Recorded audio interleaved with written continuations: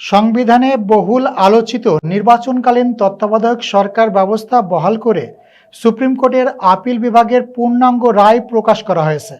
রোববার সুপ্রিম কোর্টের ওয়েবসাইটে ৭৪ পৃষ্ঠার এ রায় প্রকাশ করা হয়।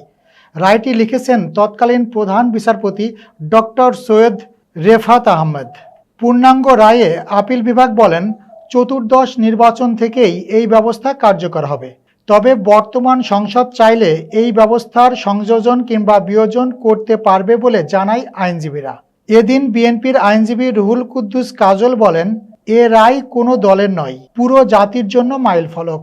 আগের প্রধান বিচারপতি এবিএম খায়রুল হক রাজনীতির ফায়দা লুটতেই তত্ত্বাবধায়ক বাতিল করেই দেশের গণতন্ত্র ধ্বংস করেছিল বলে জানায় আইনজীবীরা। ১৯৯৬ সালে বিএনপি সরকারের আমলে সংবিধানের ত্রয়োদশ সংশোধনীর মাধ্যমে বাংলাদেশে নির্দলীয় তত্ত্বাবধায়ক সরকার ব্যবস্থা প্রবর্তন হয়েছিল। আওয়ামী লীগ সরকারের সময় ২০১১ সালে সুপ্রিম কোর্টের আপিল বিভাগ ত্রয়োদশ সংশোধনী বাতিল ঘোষণা করে রায় দিলে তত্ত্বাবধায়ক সরকার ব্যবস্থা বিলাপ ঘটে।